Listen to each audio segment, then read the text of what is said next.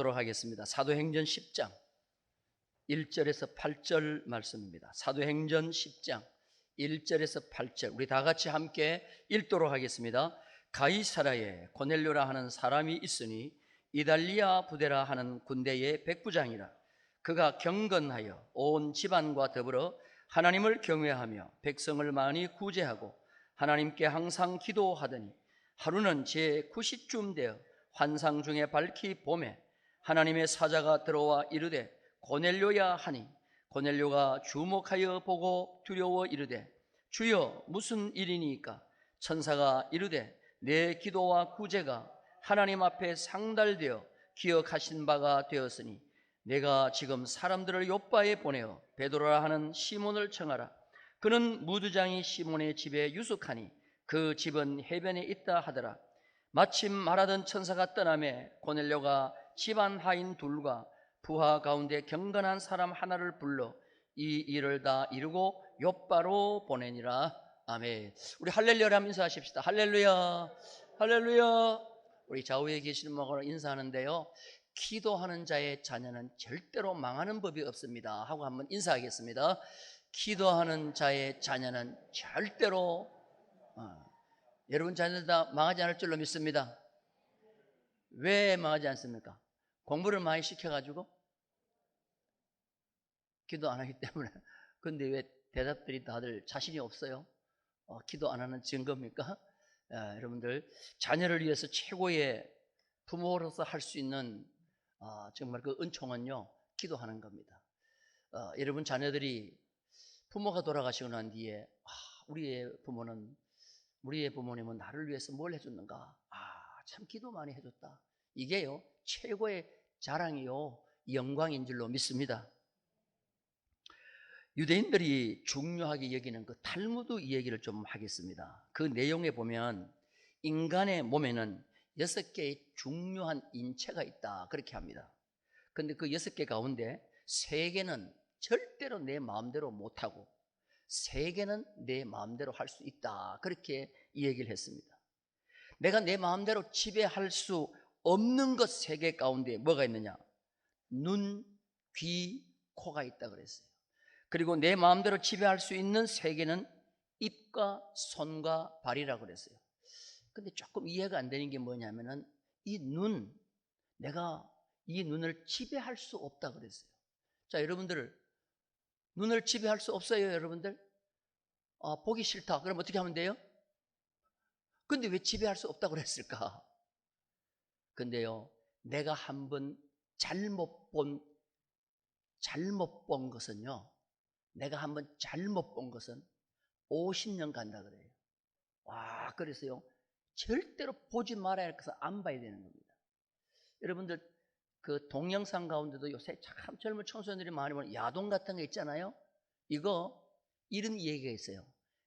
야한 동영상을 한 번만 본 사람은 없다. 한 번도 안 본 사람은 있으되 한 번만 본 사람은 없다. 뭔 말인지 이해가 되셔요? 이해가 안 돼요? 한 번 보면 어떻게 된다는 거예요? 자꾸 보게 된다는 거죠. 한 번만 본 사람은 없다는 거예요. 근데 아예 한 번도 안 본 사람은 있다는 거죠.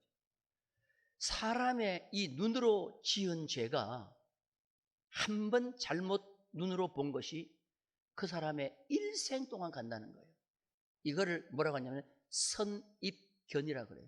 여러분, 선입견이라는 걸 선입감이라고도 하지만 선입 뭐라 그러죠? 견자가 무슨 견자예요? 볼견자예요. 그러니까 여러분들 사람을 한 번 잘못 보면 그 잘못 본 그것이 그 사람의 일생 동안 간다는 거예요. 이 고정관념이라고도 하고 하는 이 선입견은요, 참 우리에게 큰 악영향을 끼칠 수가 있습니다. 예수님이 승천하시면서 명령을 하셨죠. 지상명령이라고 하는데 그 명령이 뭡니까? 너희는 유대인에게만 복음을 전하라 그랬어요? 아니면 땅끝까지 하라 그랬어요? 그 땅끝까지 복음을 전하라고 그렇게 얘기했습니다. 그런데 땅끝까지 복음을 전하는데 제일 방해되는 것이 그 시대에 뭔지 아세요? 유대인의 잘못된 선입견이에요.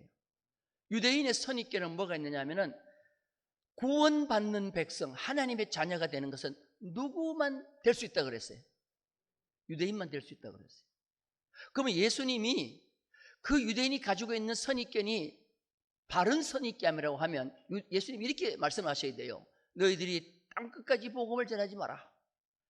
그들은 구원받을 백성이 아니다. 유대인에게만 복음을 전해라. 이렇게 주님이 하셔야 말씀이 맞잖아요. 근데 주님이 유대인에게만 전하라고 그랬어요? 땅끝까지 모든 민족에게 복음을 전하라 그랬단 말이에요. 그러면은 유대인이 가지고 있는 잘못된 시각, 잘못된 선입견, 이거 깨트려야 돼요? 아니면 그냥 둬야 돼요? 깨트려야 된단 말이죠. 그래서 하나님은 잘못된 유대인의 개념을 깨기 위하여 이방인들도 유대인과 똑같은 하나님의 은혜를 받을 수 있다는 것을 실물로, 샘플로 보여준 과정이 있어요.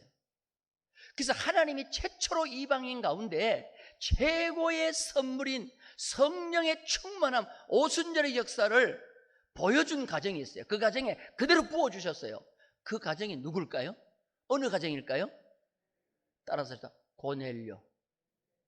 여러분, 오늘 이 고넬료, 저는 한국 고씨랑 비슷하기 때문에 참 이 고씨라고 그러는데요, 구약의 고씨가 한 분 계셔요. 믿음 좋은 구약의 고씨가 누구냐면 하나님의 손에 붙잡힌 고씨가 있어요. 누구죠?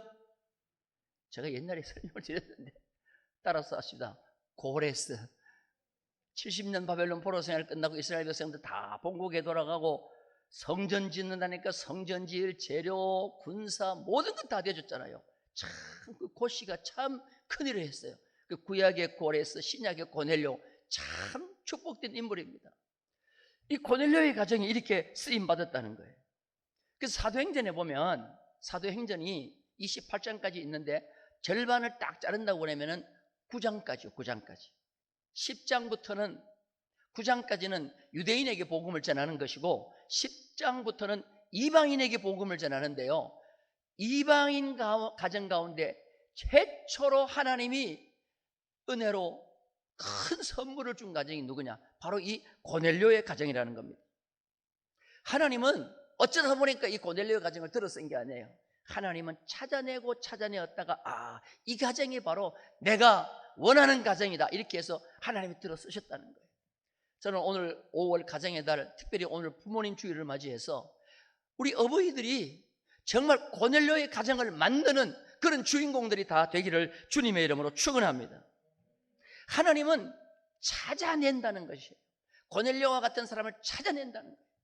오늘 또 우리 충무교회에 하나님께서 눈을 들어 하나님께서 들어 쓰시기를 원하는 가정이 어떤 가정인가? 오늘 저 찾고 계시는 줄로 믿습니다. 사울 왕이 이스라엘의 초대 왕이 됐습니다. 40년 동안 왕 생활을 하는데요, 2년만 하나님을 잘 섬기더니 38년은 완전히 엉망이에요. 그래서 하나님은 대부분 사울 왕을 폐하시고 하나님의 마음에 맞는 사람을 찾으셨어요. 그런데 하나님이 찾은 사람이 누구냐 하면 따라서 합시다. 다윗. 하나님이 찾으셨다 그랬어요. 자, 우리 성경 한번 봅니다. 시편 89편 20절입니다. 다 같이 읽겠습니다. 내가 내 종 다윗을 뭐 하네요? 찾아내어 나의 거룩한 기름을 그에게 부었도다. 아무나 기름 붓는 게 아니에요. 하나님은 찾아내어 하나님의 눈에 발탁된 사람에게 기름을 부어 이스라엘의 왕을 세우셨다는 거예요. 찾아낸다는 말이 맞자라는 말이에요. 한번 따라서 맞자. 이 맞자인데 두 가지 뜻이 있습니다. 은혜를 입는다는 뜻도 있어요. 따라서 합시다. 은혜를 입는다. 찾아낸다는 말은 찾아낸다는 말도 있지만 은혜를 입는다는 말도 있단 말이에요. 여러분, 이 세상에서 제일 큰 은혜를 입는 사람이 누군지 아세요? 하나님의 눈에 발탁이 되어 하나님이 찾아내는 사람이란 말이에요. 오늘 우리는 하나님의 눈에 발탁되어 찾아냄을 당하는 은혜 있는 그런 자들이 되기를 주님의 이름으로 축원합니다. 노아 시대에요, 모든 사람이 죄로 말미암아 관영한 가득 찬 가운데 있었어요. 그런데 하나님은 그래도 사람을 다 죽이지 않고 한 가정을 살리셔서 대를 이루시기 위하여 한 가정을 찾으셨는데 그 하나님이 찾으시는 가정에 누가 발탁됐느냐? 누구죠?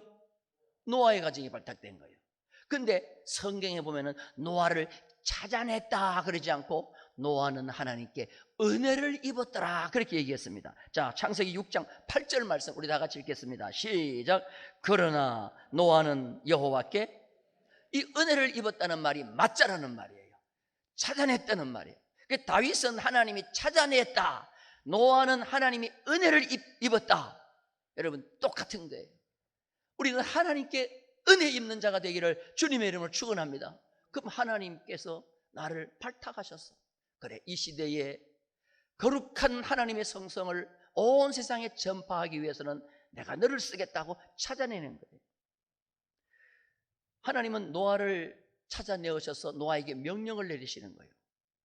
쨍쨍한 햇빛이 내리쬐는 쨍쨍한 날에 앞으로 120년 뒤에 이 땅을 내가 홍수로 심판한다. 그러므로 너는 산꼭대기에 올라가서 잣나무로 배를 만들어라 그랬어요. 이 정신 나간 명령이죠. 그냥 들으면은 지금 무슨 이렇게 날씨가 좋은데 120년 그것도 뒤에 무슨 홍수가 나서 이 세상을 물로 심판한다고 배를 만들라고. 근데 노아 보세요. 온 가족들을 다 데리고 산에 가서 배를 만들잖아요. 하나님께서 배를 다 만드니까 홍수를 내리셔서 온 세상을 심판한 거예요. 그래서 이 고넬료의 가정과 이 노아의 가정, 다윗의 가정이 똑같은 게 뭐냐면은 하나님이 찾아내어서 하나님이 은혜를 주셔서 그 시대를 향하여 귀하게 들어섰다는 거예요. 저는 오늘 이 설교 말씀을 듣는 우리 충북교회 모든 성도들 정말 하나님이 들어서시는 고넬료의 가정과 같은 그런 가정들이 되기를 주님의 이름으로 축원합니다. 그러면 왜 고넬료의 가정을 하나님이 들어섰을까? 고넬료가 무엇이 그 시대에 특별했기 때문에 하나님이 들어섰을까?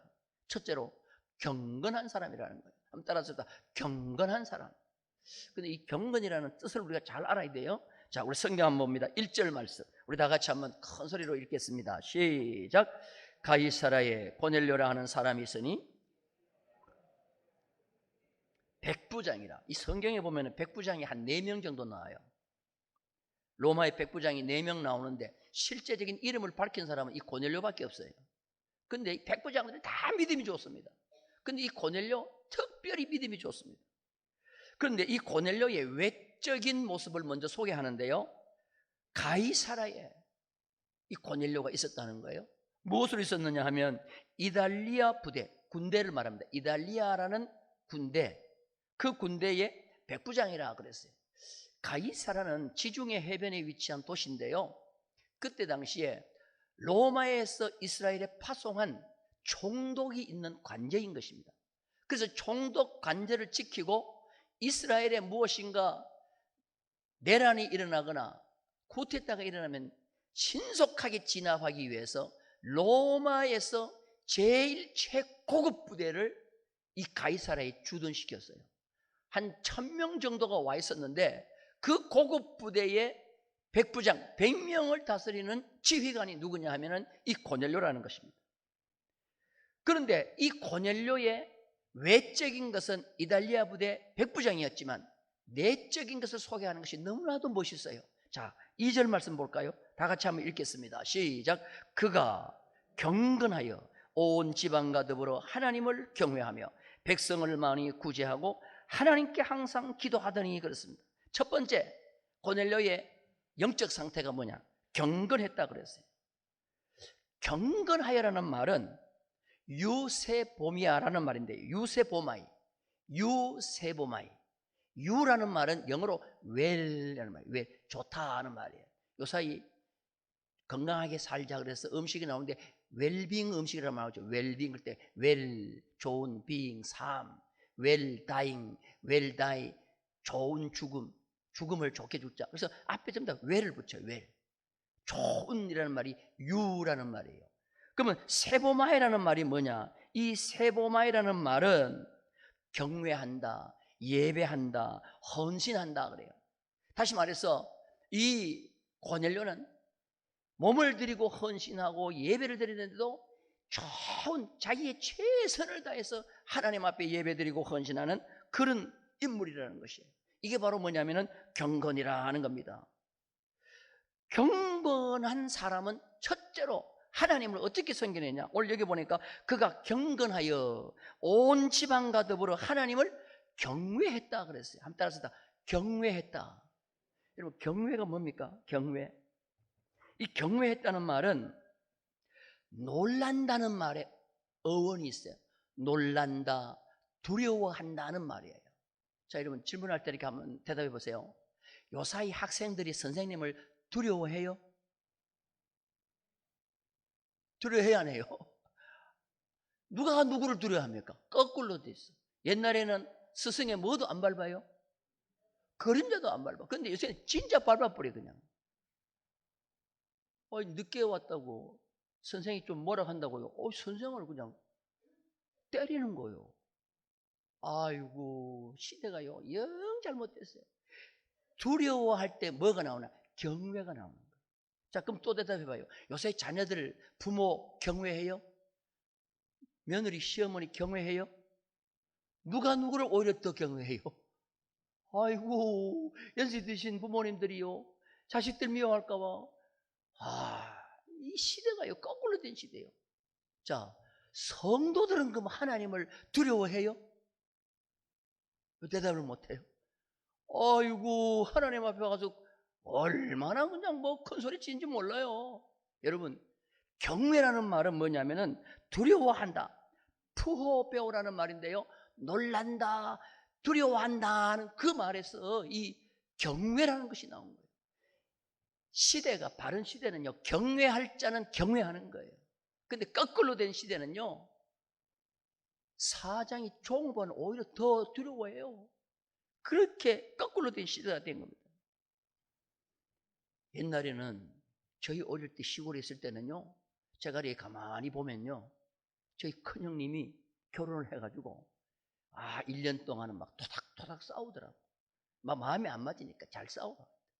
우리 형수도 제일 맞이고 형님도 제일 맞이다. 두 맞이가 부딪히니까요 고집이 세. 그래가지고 토닥토닥 싸워요. 그러면 이 집에 어른이 있다는 표시가 뭐냐 하면은 아버지가 계시는 사랑방문을 콱 열어요. 열고는 어흠 그래요. 한번 따라해 봅시다. 시작. 그러면요 대부분 큰형님이 아버지 듣는다, 아버지 듣는다, 아버지 없을 때 싸우자. 그리고는 끝나면 싸움이 끝나는 거예요. 근데 요새는요 어흠 소리 해요 안 해요? 부모님이 지죽은 듯이 가만히, 아이고 지금 또 내 보기 싫어서 싸우는구나, 아이고 어떻게 할까. 여러분, 시대가요 정말 거꾸로 된 시대입니다. 그러니까 경외라는 것이 없어요. 사람은 뭐 그렇고 하나님도 보이지 않는데 뭐 경외가 어디 있습니까? 그런데 이 고넬료는요 최고급 부대의 지휘관인데 교만할 수 있는데 하나님을 두려워했다 그랬어요. 경외했다 그랬어요. 이스라엘 백성들이 430년 애굽에 종살이하고 난 뒤에 드디어 이스라엘 백성을 구출해내가지고 광야에 가서 하나님의 말씀을 제일 처음 받는 거예요. 모세가 시내산에 올라가서 하나님의 말씀을 받는데 그냥 잔잔한 음악이 절절절절 흘러내리는 가운데 말씀을 주지 않았어요. 그냥 막 번개가 치고 천둥이 치고 막 우레가 나는 가운데 하나님의 말씀을 줬어요. 모든 밑에 있는 백성들이 다 두려워 떠오는 거예요. 왜 하나님의 말씀을 주는데 그런 광경 속에서 말씀을 왜 줍니까? 하나님을 뭐 하도록 하기 위해서? 두려워하도록 하기 위해서.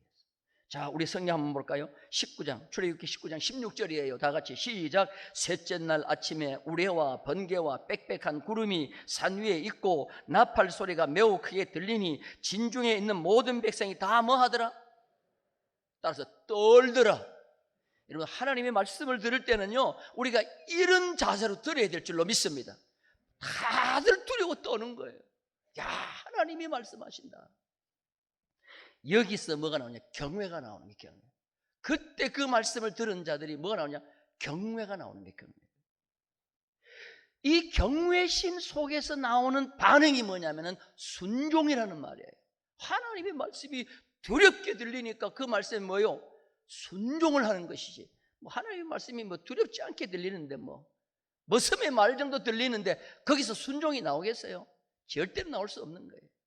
오늘 하나님의 말씀이 두렵게 들리는 자가 되기를 주님의 이름으로 축원합니다. 그래야 하나님이 두려운 마음이 생기니까 하나님을 경외하고, 부모에 대한 두려움이 생기니까 부모를 경외하는 줄로 믿습니다. 선생에 대한 두려움이 있으니까 선생을 뭐요? 경외하고 존경하는 거예요.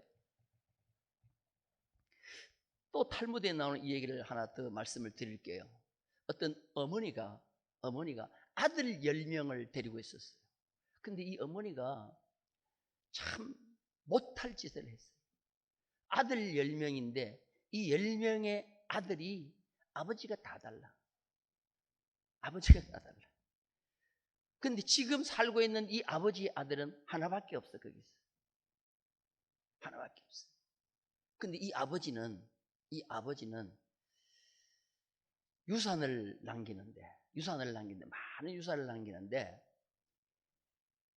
자기의 아들 하나에게만 이 유산을 가져가라라고 얘기하고는, 그렇게 유언만 하고는 누가 내 진짜 아들이라는 이 얘기를 안 한 거예요.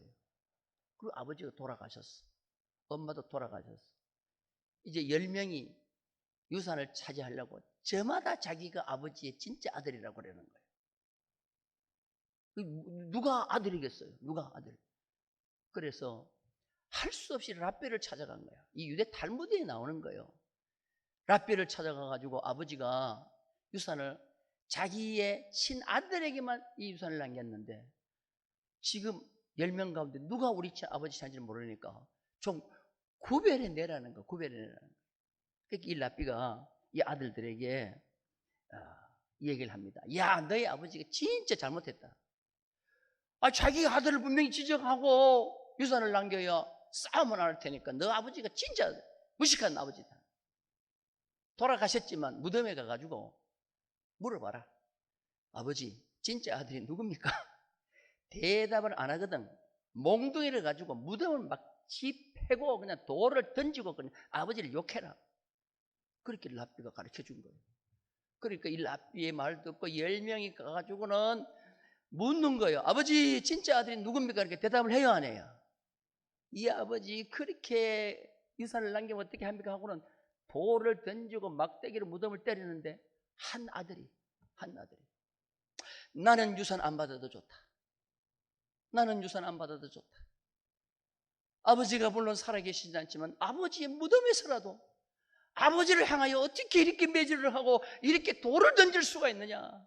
나는 유산 안 받아도 좋으니 나는 이렇게는 할 수 없다 하고 있는 거예요. 그때 랍비가 진짜 이 아버지의 아들은 누구다? 돌을 던지 않고 가만히 있는 아들. 아버지를 뭐 하기 때문에? 경외하기 때문에. 여러분, 하나님의 진짜 백성은요, 하나님이 두려움을 느껴야 돼요. 하나님 앞에서 뭘 느껴야 돼요? 두려움을 느껴야 돼요. 믿으시면 아멘. 그런데요, 최고의 인간의 교만이 뭐냐면 하나님 앞에서도 두려워할 줄 모르는 거예요. 이 고넬료는 하나님을 경외하는데 하나님이 두려운 거예요. 피지배국가가 유대인이 섬기는 그 하나님이지만 자기는 그 하나님이 두려운 거예요. 그래서 최고급 부대 지휘관이지만 수많은 부하를 둔 고급 장교지만 하나님이 두려운 거예요. 오늘 이 두려움이 우리 모두에게 있기를 주님의 이름으로 축원합니다. 그래서 온 집안 식구들과 더불어 하나님을 경외했다는 거예요. 여기 온 집안요, 식구 패밀리만 얘기하는 거 아니에요. 자기가 기르고 있는 100명의 종들도 다 거기 속해. 부하에 있는 모든 직원들, 부하들, 종들, 식구들, 모든 자기와 관계에 있는 모든 사람들에게 너도 하나님을 두려워해라. 여러분들, 자녀들에게 하나님의 두려움을 꼭 교육시키는 부모가 되기를 주님의 이름으로 축원합니다. 할렐루야. 그래서 종들이 있잖아요. 종들이 가만 이 고넬료를 섬기면서 보니까 고넬료와 같은 이런 지휘관이 없어요. 이런 주인이 없어. 그래서 이 종들의 입에서 주인을 칭찬하는 거예요. 여러분, 부모는요, 누가 잘하느냐 하면 자녀들이 부모를 잘 압니다. 남편, 아내가 잘 압니다. 아내, 남편이 잘 압니다. 그랬어요. 주인이 어떠냐는 것은 그 종들에게 물어보면 아는데 이 종들이 고넬료를 얼마나 칭찬하는지 몰라요. 조금 뒤에 보면은 성경에서 읽다가 보면 나오는데 이 고넬료가 천사가 고넬료에게 와가지고 베드로를 너희 가정에 초청해서 말씀을 들으라고 그래서 신실한 종을 베드로에게 보내면서 주인을 이 종들이 베드로에게 소개해요. 소개할 때 어떻게 소개하느냐? 자, 우리 성경 한번 보겠습니다. 10장 22절입니다. 다 같이 읽겠습니다. 시작. 그들이 대답하되 백부장 고넬료는 뭐요? 의인이요 하나님을 경외하는 사람이라. 의인이요 하나님을 뭐요?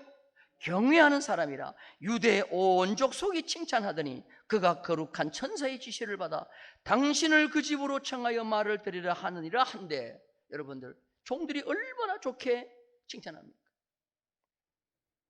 기성세대, 우리의 다음 세대를 위해서 우리 지금 기성세대가 꼭 기억해야 할 것은 우리의 자녀들의 입에서 우리 아버지, 우리 어머니는 여호와를 신실하고 여호와를 경외하는 분이라는 그런 인정을 받는 것이 제일 중요한 줄로 믿습니다. 우리 충북교회가 지금 이 기성세대, 오늘 이 자리에 앉아서 예배드리는 우리가 다음 세대에게 뭘 인정받아야 되느냐? 야, 우리의 선배들은, 신앙의 선배들은 하나님을 정말 두려워하는 경외자였다. 하나님을 경외하는 자들이었다. 이 인정을 받기를 주님의 이름으로 축원합니다. 그리고 세 번째로 이 고넬료는 백성을 많이 구제했다 그랬어요. 자, 2절 말씀 다 같이 한번 읽겠습니다. 2절 다시 한번 시작. 그가 경건하여 온 지방과 더불어 하나님을 경외하며 백성을 많이 구제하고 하나님께 항상 기도하더니. 고넬료는 백부장이라고 그랬죠. 그런데 이 로마의 최고급 부대 장교로서 피지배국가 백성을 굉장히 하찮게 볼 수 있어요. 가치 없게 볼 수 있어요. 지배할 수 있어요. 그런데 오히려 그 민족을 뭐예요? 백성을 많이 구제했다 그랬어요. 이 말은, 많이 구제했다는 말은 구제가 째째하게 안 했다, 넘쳐나도록 구제했다는 거예요. 심지어 자기가 봉급을 받든지 사례를 받든지 뭐 하면은 그 이스라엘 백성들, 어려운 사람들을 다 나누어줬다는 거예요. 이 백부장은 로마에 있는 군대가 이스라엘 가이사랴로 오는 그날부터 그들 눈에 유대인이 섬기는 하나님이 들어오기 시작하고 그들의 신앙이 들어오기 시작하더니 유대인보다도 더 신앙생활을 잘하는 이방인이 됐다는 거예요. 이게 바로 고넬료인 것입니다. 경건한 사람은요, 경건한 사람은 유대인이 보는 최고의 경건은 뭐냐? 구제인 것이에요. 어렵고 불쌍한 사람을 돕는 거예요. 그래서 야고보 기자는 이렇게 얘기를 했습니다. 야고보 1장 27절 우리 다 같이 한번 읽겠습니다. 시작. 정결하고 더러움이 없는 경건은 곧 고아와 가부를 그 환난 중에 돌보고 또 자기를 지켜 새 속에 물들지 아니하는 것이라. 이 고아와 가부를 환난 중에 돌보는 것이라 그랬습니다. 참된 경건은 자신의 믿음을 지키는 것뿐만 아니라 어려운 자를 돌보는 거예요. 고넬료의 구제는 하나님도 인정을 했어요. 천사를 보내셔서 그 천사가 네 구제가 하나님 앞에 상달되었다고 하나님이 받으셨다고 그래서 인정을 해요. 자, 4절 말씀도 볼까요? 다 같이 읽겠습니다. 시작. 고넬료가 주목하여 보고 두려워 이르되 주여 무슨 일이니까? 천사가 이르되 내 기도와 구제가 하나님 앞에 상달되어 기억하신 바가 되었다 그랬어요. 진실한 구제, 정말 자기를 나타내는 그런 외식적인 구제가 아니에요. 유대인들은 거기다 그때 외식적인 구제를 했는데 이 고넬료는 하나님이 인정함을 받을 수 있을 정도로 진실한 구제를 했어요. 불쌍히 여기는 마음을 가지고 피지배국 국민들을 위해서 헌신된 삶을 살았어요. 이게 하나님 앞에 인정이 되고 하나님 앞에 상달되었다는 거예요. 오늘 우리는 이러한 헌신과 이러한 희생과 구제가 우리에게도 있기를 주님의 이름으로 축원합니다. 제가 이 설교를 준비하는 가운데 어떤 분이 저에게 자료를 하나 보내주셨어요. 그게 바로 뭐냐 하면 모하당 김충선 장군에 대한 이야기입니다. 한번 따라서 합시다. 김충선. 이 한국 이름인데 이 사람은 한국 사람이 아니에요. 일본 임진왜란 때 일본 장수예요. 장수. 본 이름은 사야가라는 장수인데 22살인데요. 3,000명의 왜군을 데리고 임진왜란 때 부산으로 상륙을 해서 조총을 가지고 이제 조선을 침략한 거죠. 그런데 이분이 올 때부터 조금 오기 싫어했어요. 왜냐? 왜 조용한 예의지국인 조선을 왜 힘이 있다고, 문화가 좀 앞서간다고 총을 가지고 이분들을 명분 없이 왜 침략하느냐? 명분 없는 전쟁은 안 하겠다는 그런 마음을 가지고 있어요. 저는 보지는 않았습니다만 그 한산이라는 이순신 장군의 한산 대첩을 배경으로 한 그 영화도 보면은 일본 장수들이 투항하는, 조선에 투항하는, 많이 투항한다는 거예요. 그때 임진왜란 때 10,000명의 일본 군인이 투항을 해서 조선인으로 바꾸는 거예요. 국적을 바꾸는 거예요. 그래서 그 10,000명이 한국에서 한국 이름을 가지고 사는데 그 대표적인 사람이 누구냐면 사야가라는 사람입니다. 이 사야가가 한국에 와가지고 총을 들고 조선인을 공격해 오는데 팡팡팡팡 소리가 나는데도 한국 사람들이 도망을 가는데 너무너무 좋은 모습이 보인 거예요. 내일이면 돌아가실 노모, 내일이면 돌아가실 그 노모, 피난 갈 때 그 어떻게 갈 수 있어요? 미안합니다 하고 건강한 사람은 도망갈 텐데 그 노모를 업고 힘들게 도망을 가는 걸 보고 총을 쏠 수가 없더라. 그리고 어떻게 이렇게 예의범절이 있는 동양 예의지국이 있는데 어떻게 이런 나라를 일본이 공격할 수 있냐 해갖고는 3,000명을 뒤로 돌아 해가지고 조선에 투항을 해버려요. 우리는 당신과 같은 예의지국의 백성들과 함께 살기를 원한다 하고는 그 총을 일본을 향해 돌린 거예요. 이 사람이 누구냐 하면은 사야가. 임진왜란이 끝나고 난 뒤에 선조대왕이 총선을 불렀어요. 그 사람의 책에 보면은 이순신 장군과 이 편지를 오고받았는데 거기에 보면은 화약제조법, 그 다음에 총 만드는 총제조법, 이거를 이순신 장군에게 주고받은 내용이 나오는데 이런 일본에서 조선으로 투항한 이 사야가를 선조대왕이 너무너무 당신은 충성스럽고 착한 신하다 해가지고 이름을 충성할 충자에다가 선할 선자를 붙여서 충선이라는 이름을 붙여주고 썽을 주는데, 썽을 김해 김씨로 준 거예요.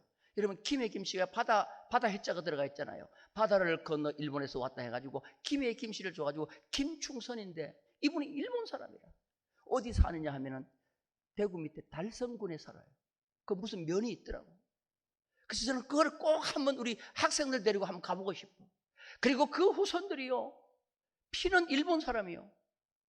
그런데 조선인보다 더 국가를 사랑하고요, 이 대한민국을 더 아끼고 사랑하는 그런 후손들로 살아가고 있더라고. 할렐루야. 이게 영적으로 성경에 보면 고넬료와 같은 사람이에요. 로마의 백부장이 이스라엘에 와가지고 막 지배하고 할 텐데 그들이 거룩한 모습으로 하나님을 섬기는 모습을 보고 나는 이제 하나님을 섬기되 이들 이상으로 하나님을 섬기겠다 해가지고 유대인보다도 더 잘 하나님을 섬긴 사람이 누구냐? 고넬료라는 것이요. 오늘 우리 고넬료의 영성이 우리 모두에게 흐르기를 주님의 이름으로 축원합니다. 그리고 그는 항상 하나님께 기도했다 그랬어요. 따라서 합시다. 항상 기도했다. 이 항상이라는 말은 내가 번역을 보니까요, 쉬지 말고 기도했다는 말이 아니고 무슨 일이 있을 때마다 일을 시작하기 전에 기도로 시작했다는 말이에요. 기도로 시작하고 기도로 마쳤다는 거예요. 다시 말해서 기도가 이 고넬료에게는 가장 큰 무기였다는 거예요. 우리도 하나님 앞에 기도할 때 이런 역사가 있기를 주님의 이름으로 축원합니다. 그래서 유대인과 똑같이 그는 기도를 해요. 제9시 기도 시간에 이 고넬료도 기도합니다. 자, 3절 말씀 볼까요? 다 같이 읽겠습니다. 시작. 하루는 제9시쯤 되어 환상 중에 밝히 보매 하나님의 사자가 들어와 이르되 고넬료야 하니. 여러분, 성전 미문의 안전뱅이를 일으킬 때 몇 시였어요? 제9시 무슨 시간에? 기도 시간에. 베드로와 요한이 성전에 기도하러 가다가 안전을 일으키는데 그 시간에 이 고넬료도 똑같이 뭐 했어요? 기도하는 거예요. 이게 고넬료의 모습이에요. 기도하는데 천사가 나타나더니 뭐라고 명령 내립니까? 너 그 시대의 최고의 선지자, 수제자인 베드로를 청하여 하나님의 말씀을 들으라는 거예요. 여러분, 그 어떤 유대인의 가정에 천사를 하나님이 보내가지고 베드로를 청하여 설교를 들으라는 그런 부탁을 한 적이 없어요. 그런데 유대인도 아니에요. 이스라엘 백성도 아니에요. 이방인이에요. 유대인이 짐승처럼 여기는, 개처럼 여기는 이방인인데 그 고넬료의 가정에 천사를 보내셔서 그 시대의 최고의 사도 베드로를 청하여 말씀을 들으라. 베드로를 청하면 베드로가 안 갈 줄 하나님이 다 아셔요. 그래서 베드로에게 미리 가도록 환상까지 보여주시는 거예요. 할렐루야. 이게 어떤 가정이냐? 고넬료의 가정이라는 거죠. 그래서 그 고넬료가 신실한 종을 베드로라는 사람 집에 보내서 베드로를 청하라고 그렇게 말씀을 내리는데요. 5절 6절 한번 보십시다. 5절 6절 다 같이 시작. 네가 지금 사람들을 요빠에 보내어 베드로라 하는 시몬을 청하라. 6절 그는 무두장이 시몬의 집에 유숙하니 그 집은 해변에 있다 하더라. 정확한 어디에 있는지 위치까지 알려줘요. 요빠에 있는데 무두장이는 옛날 성에는 피장이 집이라는데 죽은 짐승에게서 가죽을 벗겨가지고 가죽을 잘 제조해서 이제 옷을 만들거나 이제 가죽 제품을 만드는 사람인데 유대인은 제일 천히 여겨요. 왜? 죽은 시체에 손을 대기 때문에. 그런 가정에 이미 벌써 베드로가 가지고 있는 거예요. 그 베드로를 청하라는 겁니다. 베드로가 고넬료의 가정에 왔습니다. 와가지고 말씀을 전하는데요. 갑자기 그냥 하늘로부터 성령이 임하기 시작하는데요.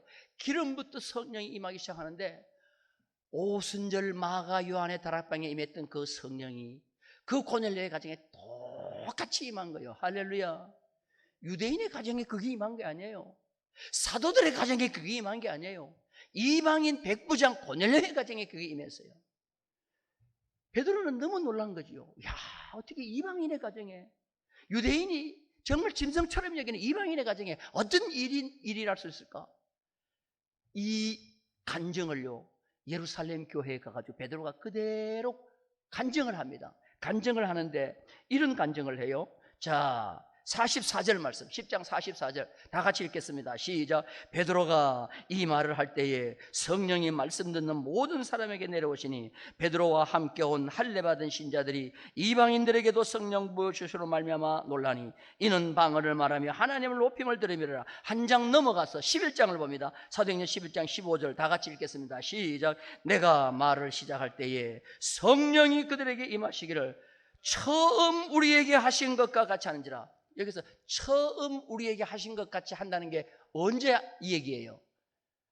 그렇지. 마가 오순절 다락방에 성령이 맨 처음 임할 때 임한 역사가 일어났다는 거예요. 자, 여러분들, 고넬료가 이방인으로서 가장 큰 축복을 받았어요, 안 받았어요? 받았죠. 오늘 이 고넬료의 가정에 임했던 성령이 우리 성도들의 가정에 임하기를 주님의 이름으로 축원합니다. 왜 고넬료 개인에게만 임하지 않고 온 가정에 임했을까요? 온 가정이 고넬료와 똑같이 하나님을 섬겼기 때문에 그렇습니다.